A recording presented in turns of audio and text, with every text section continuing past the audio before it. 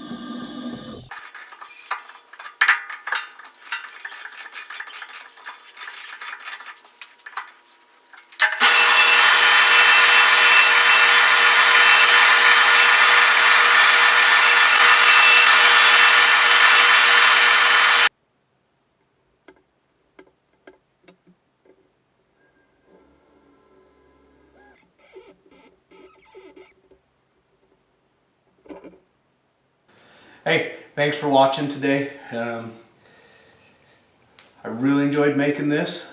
First lathe project since I've got my lathe. Something just to kind of get back in the groove of things, learning this individual machine and its little ins and outs. I learned a couple things about it, but I really enjoyed making this. I'm going to put it to use here in the near future with some projects that I'll be making.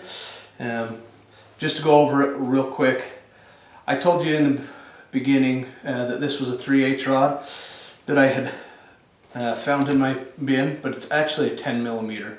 I know it's only like 15 thousandths difference, but it was a 10 millimeter rod. Threw me off for a second, so I had to adjust and re-drill for that. The cutter here on the top here is just a piece of that stainless steel bar, and it does swivel. Also put a little recess in here so when I'm storing it,